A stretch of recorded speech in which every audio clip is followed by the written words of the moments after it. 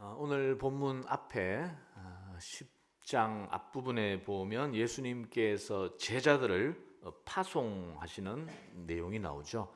예수님께서는 12제자를 선택하셔서 제자로 삼으셨고 또 70명의 제자를 전도대로 이렇게 세우셔서 각 마을로 파송한 내용이 바로 위에 있습니다. 예수님께서 그들을 파송하신 뒤에 그들이 사역을 마치고 돌아와서 사역 보고한 내용이 바로 오늘 우리가 읽었던 이 말씀입니다. 예수님께서 제자들을 부르신 이유는 단지 한 팀이나 한 가족을 만들어서 오손도손 지내시기 위해서가 아니라 그들을 세상으로 보내시기 위하여 부르셨습니다. 우리를 부르신 것도 마찬가지입니다. 우리를 세상 가운데서 불러내셨지만 또 세상 가운데로 보내시기 위하여 우리를 불러내신 거죠.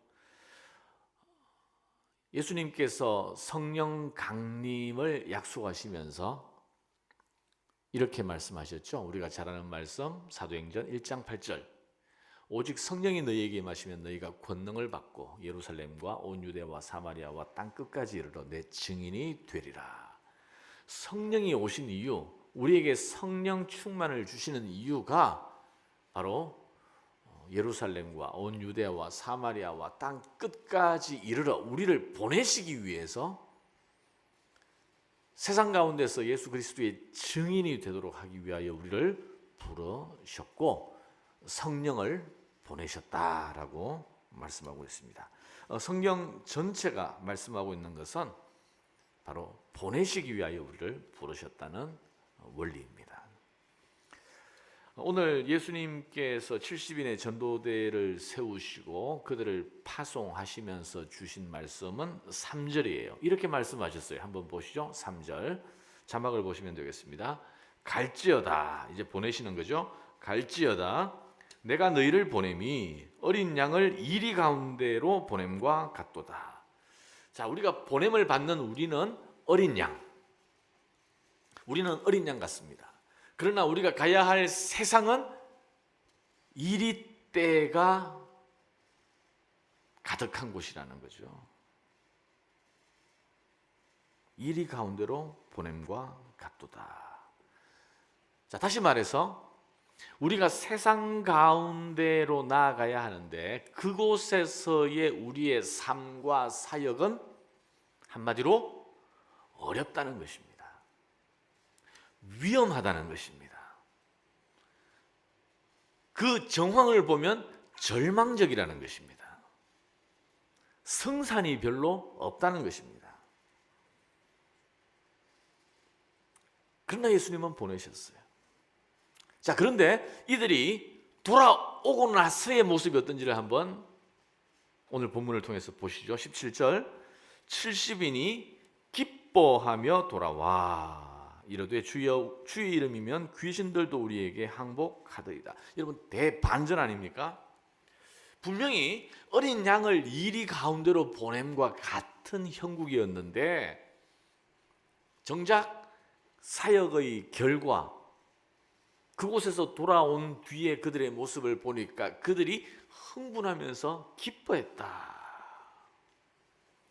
오늘 저는 이 본문을 통해서 참 기쁨의 원리에 대해서 오늘 말씀을 통해서 한번 깊이 생각해 보고자 합니다. 참된 기쁨은 어디에서 오는가? 참된 기쁨은 어디에서 오는가?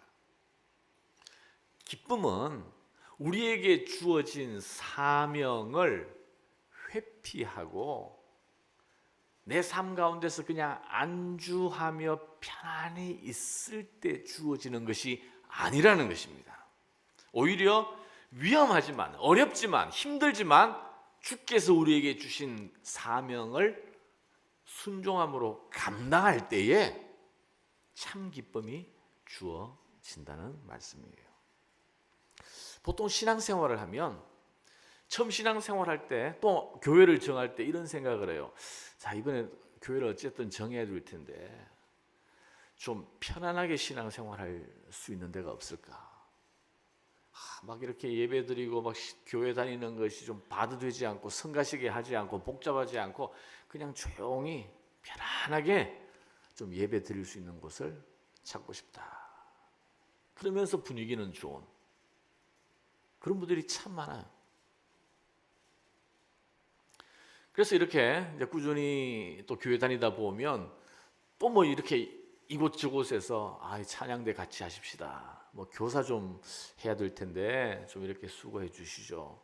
뭐 여러 가지 또 뭐 직분을 받으시죠. 뭐 이렇게 얘기하잖아요. 또 끝까지 그런 것들을 이리저리 회피하는 분들도 있고 또 마지못해 시작하시는 분들도 있고 그런데 또 마지못해 또 이렇게 하다 보면 봉사하게 되고 헌신하게 되고 뭐 직분을 받게 되고 하다 보면 또 막 이렇게 이리저리 얽히게 되고요. 또 안 봐도 될 것들을 보게 되고 마음이 심란해지고 내가 참 이렇게 영적으로 쉼을 얻고 위로를 받기 위해서 열심히 교회 다니려고 했는데 교회 다니는 것이 장난이 아니에요. 보통이 아니에요. 그런 경우 많잖아요. 그러다 보면 또 한 2년 찬양대 하다가 그만두고 또 교사로 섬기다가 또 이제 빠지게 되고 결혼도 마찬가지죠.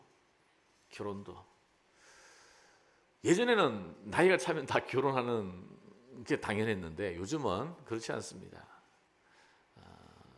의도적으로 선택적으로 또 독신 생활 하시는 분들도 많이 있어요. 사실 결혼하면 좋은 것도 있지만 불편하거나 부담스럽거나 또 얽매이는 것도 굉장히 많습니다. 그러다가 어느 한계에 이르면 포기해버리고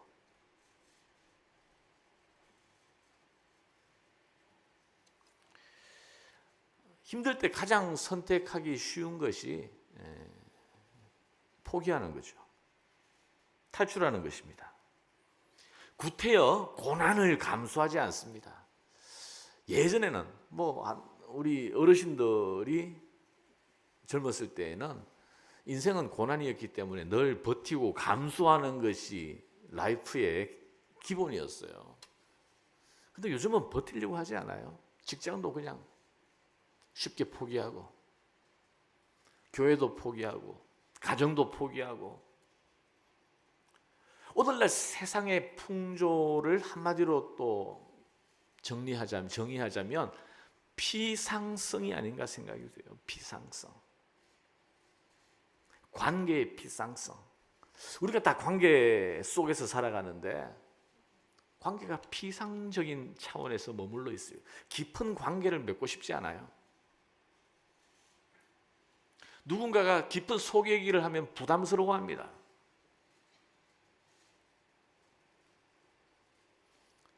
그냥 겉으로 만나서 함께 식사하고 즐겁게 수다 떨고 교회에서도 그렇고 또 사랑방에서도 그렇고 관계의 피상성. 그러다가 조금 문제가 생기거나 어려워지면 서서히 멀어지고 영적 피상성. 교회는 다녀요. 또 예배도 드립니다. 신앙생활 해요. 그러나 피상적인 수준에서 머물러 있어요. 깊은 곳까지 나아가기를 원치 않습니다. 피곤하게 생각합니다.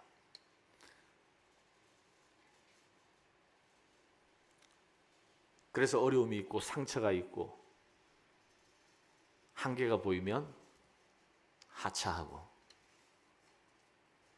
거기서 벗어나고자 하고 그래서 늘 피상적인 삶 가운데 머물러 있는 거죠.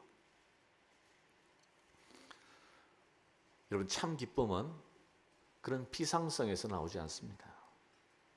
성경의 원리는 우리가 사명을 회피하고 고난을 거부할 때 참 기쁨이 주어지는 것이 아니라는 것입니다. 여러분 70인의 전도대를 보십시오. 그들은 두렵고 위험하고 절망적인 삶의 상황 가운데로 오직 주님의 부르심, 주님의 명령 하나 붙잡고 나아갔지만 놀라운 기쁨을 누리게 되었다는 것입니다. 올 한 해 이 말씀을 여러분 기억하시기를 바랍니다. 혹시 여러분 삶 가운데서 힘들다고 느끼는 부분이 있습니까? 어렵다고 생각되십니까? 또 절망적이라고 판단하고 계십니까? 피하는 것이 쉬워요. 포기하는 것이 간단합니다. 그러나 거기에 참 기쁨은 있지 않습니다. 어렵고 힘들고 절망적이고 답이 보이지 않는다 할지라도 이 길이 하나님께서 나에게 맡기신 길이고 가라고 하는 것이라면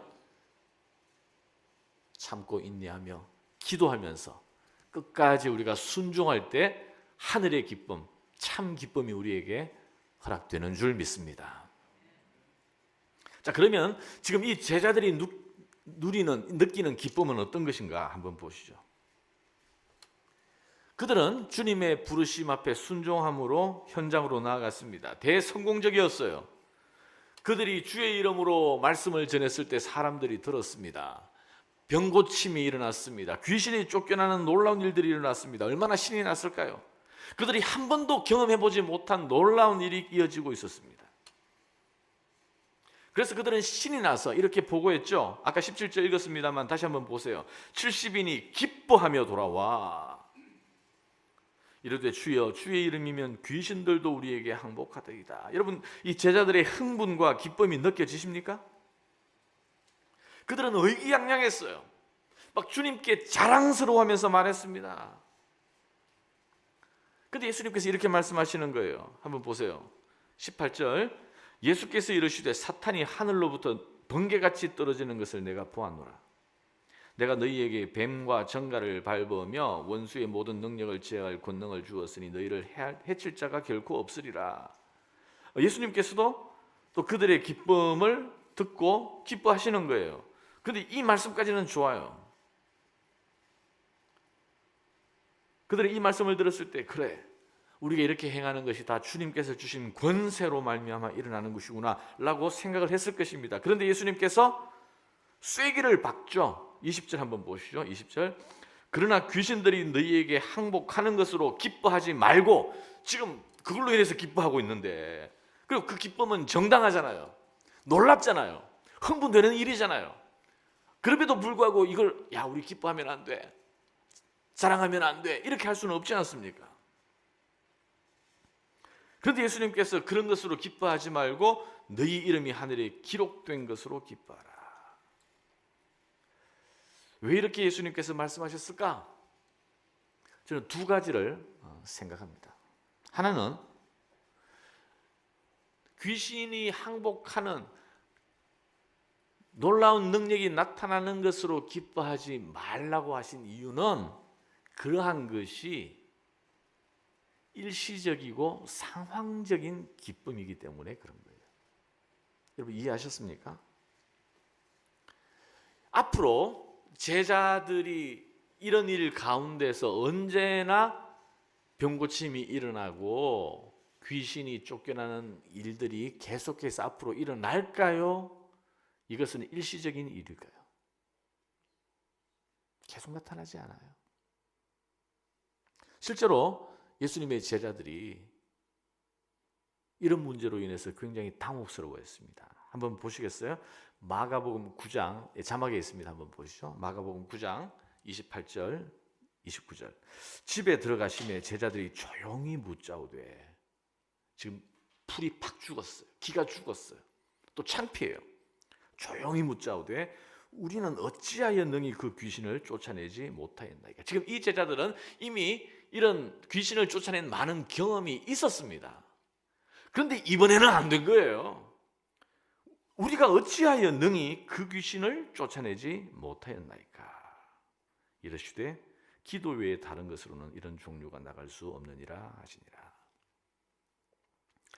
제자들이 귀신을 쫓아내고 주의 능력을 마음껏 나타낼 때가 있었지만 이렇게 그렇지 못할 때가 있었다는 것입니다. 그런데 그렇지 못할 때는 어떻게 돼요? 더 큰 낙심이 찾아오거든요. 더 힘들어요, 여러분. 여러분 사진 하나 보여주시죠. 예, 사진 하나 보여주시죠. 예. 올해 2월달 지금 최신호죠. 타임지의 표지 모델이 바로 저 자매예요. 혹시 아시겠어요? 누군지? 이번 2월호 최신호 표지 모델이 클로이 킴이라는, 아시는 분은 다 아실 거예요. 평창 올림픽에서 스노보드에 금메달을 딴 한국인인데 미국인이죠. 미국에서 자란 한국계 미국인 클로이 킴입니다.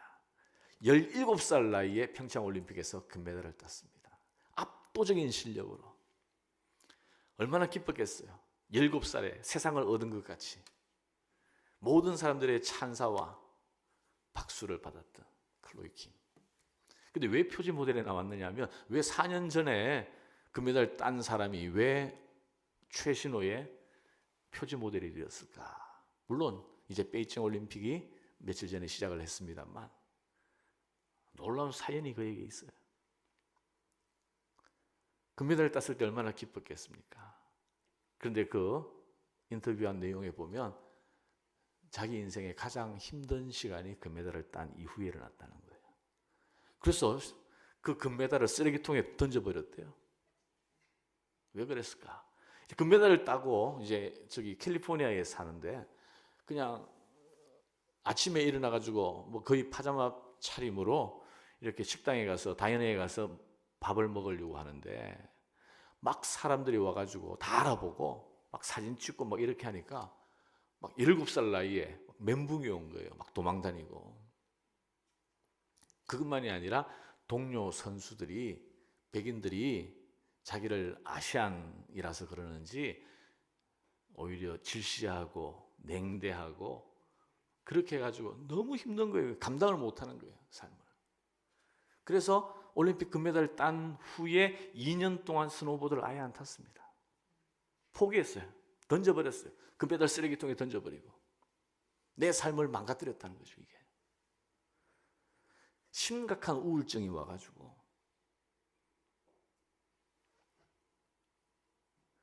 그래도 이제 2년 지나고 나서 2년 동안 아무것도 안 하고 있다가 다시 또 이제 용기를 내가지고 시작했는데, 시작하자마자 또 세계선수권 대회에서 바로 금메달을 땄어요. 엄청난 재능이죠. 그래서 1등을 했기 때문에 다시 미국 국가대표 자격을 얻어서 이번에 이제 베이징 올림픽에 나서게 되었고, 그런 과정을 또 이렇게 인터뷰하고 하면서 타임지 표지 모델로 이번에 나왔습니다. 여러분, 금메달, 운동하는 사람이 금메달을 따는 것은 사실 그 어떤 것과도 비교할 수 없는 기쁨일 거예요. 실력이 있다라고 해서 금메달 따는 게 아니니까. 그러나 그 금메달은 결국 일시적인 거라는 거죠. 영원한 기쁨이 아니에요. 오히려 그 금메달 때문에 정서적으로, 정신적으로 심각하게 파괴되는 일들도 있어요. 차라리 지우고 싶은 한 페이지가 될 수도 있단 말이에요.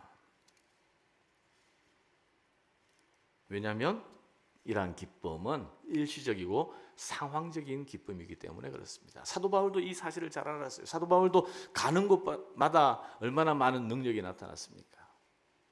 그러나 정작 자기 병에 대해서는 고침을 받지 못했고요. 그러나 이 사도 바울은 이 기쁨의 원리를 분명히 붙잡았습니다. 빌립보서에 보면요, 빌립보서는 기쁨의 서신이라고 불리는, 근데 이 기쁨의 서신이라고 불리는 빌립보서는 사도 바울이 감옥 속에서 기록한 편지예요. 그래서 내가 기뻐하노라라고 외치는 것은, 자기는 감옥에 갇혀 있지만 왜 기뻐하느냐? 나는 감옥에 갇혀 있어도 내 안에 있는 예수 그리스도와 복음은 갇히지 않아서 이 감옥 속에서도 복음이 증거되고 전파되고 있다는 이 사실로 인해서 내가 기뻐한다 그랬어요. 일시적인 내 상황 속의 기쁨이 아니라 영원한 기쁨을 붙잡고 있었기 때문에 그 기쁨을 잃지 않는 거예요. 예수님께서 제자들에게 너희가 귀신이 쫓겨나고 능력이 나타나는 것으로 기뻐하지 말라고 하신 이유는 바로 이 이유 때문입니다. 일시적이고 상황적인 기쁨에 도취하지 말고 더 큰 기쁨을 붙잡으라는 거죠. 여러분 어떤 일에 기뻐하고 있습니까? 혹시 여러분이 기뻐하는 것은 일시적이고 상황적인 것에 기반한 기쁨은 아닙니까? 여러분은 참되고 영원한 기쁨을 알고 있습니까? 또 하나, 귀신이 쫓겨나는 것으로 기뻐하지 말라고 하신 이유는 무엇인가? 바로 진짜가 아닌 가짜에 속을 수 있기 때문이에요. 우리가 너무나 잘 아는 말씀 하나 여러분 기억해 보시기를 바랍니다. 자막을 한번 보시죠. 마태복음 7장이죠. 나더러 주여 주여 하는 자마다 다 천국에 들어갈 것이 아니요 다만 하늘에 계신 내 아버지의 뜻대로 행하는 자라야 들어가리라. 그날에 많은 사람이 나더러 이르되 주여 주여 우리가 주의 이름으로 선지자 노릇하며 주의 이름으로 귀신을 쫓아내며 주의 이름으로 많은 권능을 행하지 아니하였나이까 하리니 그때 내가 그들에게 밝히 말하되 내가 너희를 도무지 알지 못하니 불법을 행하는 자들아 내게서 떠나가라 하리라.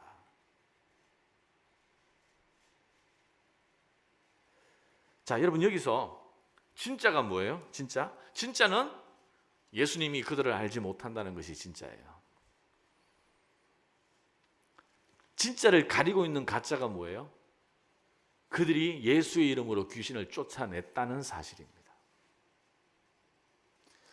그들이 예수의 이름으로 귀신을 쫓아냈기 때문에 그들은 하나님이 나를 알 것이라고 믿었어요. 그것이 자기의 존재를 증명한다라고 생각을 했습니다. 그러나 실상은 예수님께서 그들을 알지 못한다. 이 불법을 행하는 자들아. 그들은 불법을 행하는 그것이 더 중요한 일인데 그것을 알지 못하고 단지 귀신이 쫓겨났다는 이 사실 때문에 모든 것을 다 놓치고 있었다는 거죠.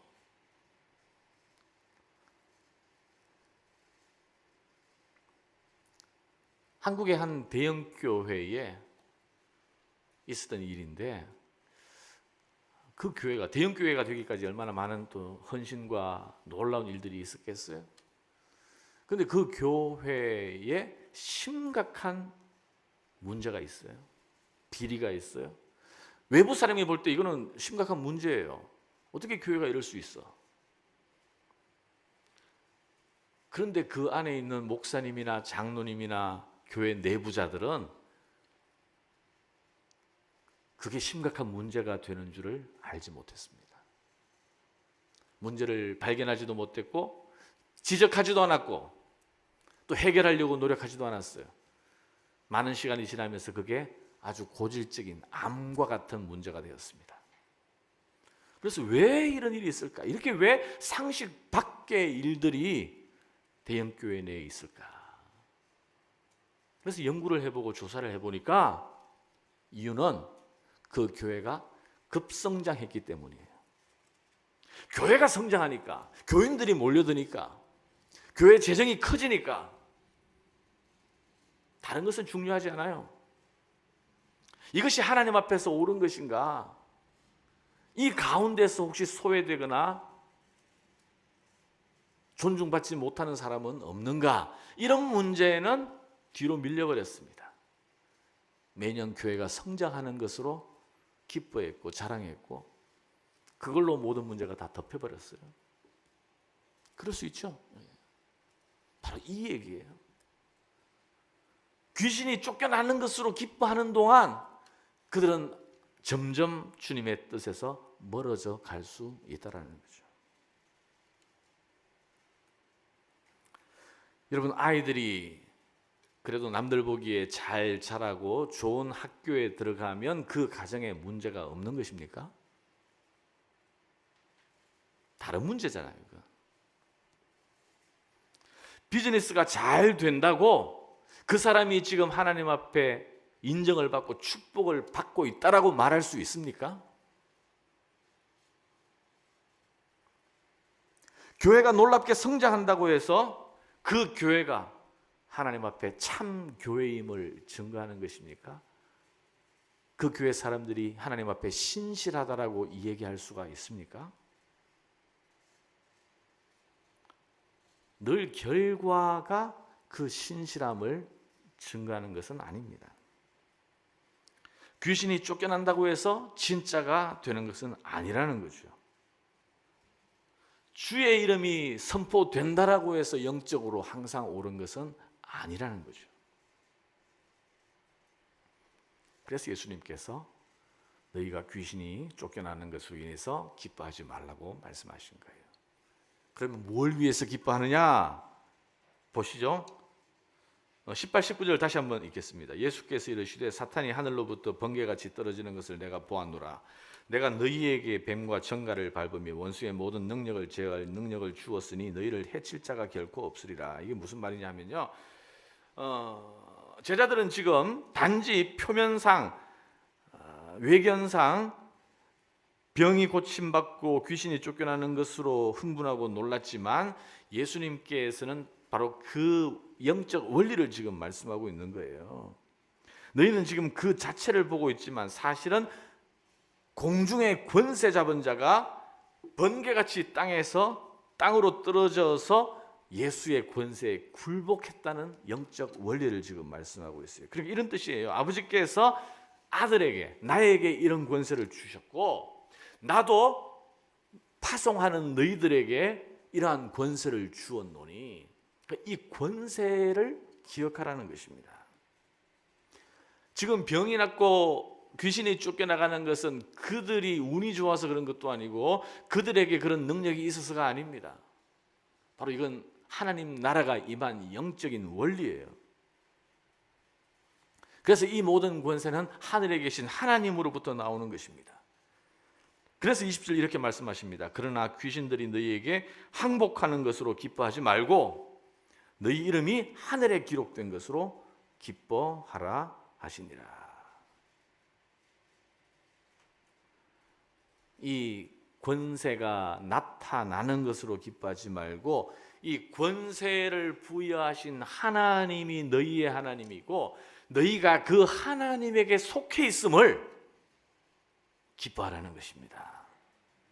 권세를 행하는 게 중요한 것이 아니라 그 권세를 행할 수 있는 자격, 하나님의 자녀된 그 사실로 인하여 기뻐하라는 거예요. 중요한 일은 일이 아니라 구원입니다. 내가 무슨 기적을 행했다 하더라도 더 중요한 것은 그 기적이 아니라 내가 구원받은 하나님의 자녀가 되었고 하나님께서 나를 통해서 그 일을 이루고 계시다는 사실이에요. 여러분, 우리가 진정으로 놀라야 할 것은 너무나도 연약하고 부족한 우리를 하나님이 자녀 삼아 주셨다는 사실입니다. 독생자 예수 그리스도를 우리를 위하여 보내주셨다는 사실입니다. 하나님께서 우리를 얼마나 사랑하시는지 그 사랑으로 인하여 감격하고 기뻐하라는 거예요. 다른 사람이 손뼉치고 주목할 만한 것이 나에게 없다 할지라도 내 이름이 올림픽 메달리스트에는 없고 또 세상에 좋은 기업의 주주 명단에는 없다 할지라도 내 이름이 어디에 있어요? 하늘에 기록된 것으로 기뻐하라는 말씀입니다. 내 처지와 상황이 아무리 어렵더라도 내가 지금 하나님을 나의 아버지라 부를 수 있고 내가 그 아버지 앞에 나아가 엎드려 울며 기도하면 그 기도가 허공에 메아리 치는 것이 아니라 하늘에 계신 아버지께서 친히 내 기도를 들으신다는 사실로 인하여 기뻐하라는 것입니다. 우리가 주의 은혜로 풍성한 수확을 거두었을 때 그 수확 때문에 기뻐하지 말고 그 수확을 허락하신 하나님으로 인하여 기뻐하라는 것입니다. 비록 때때로 우리가 고난의 현장, 삶의 험한 자갈밭을 걷는다 할지라도 그분이 나와 함께 하시고 세상 끝까지 나를 버리지 아니하실 거라는 그 하나님의 약속 앞에서 기뻐하라는 것입니다. 이게 우리가 기뻐해야 할 거예요. 눈앞에 있는 일시적이고 상황적인 승리로 인해 기뻐하지 말고 진짜를 제쳐두고 가짜로 인하여 흥분하지 말고 진짜, 바로 그 진짜가 뭐예요?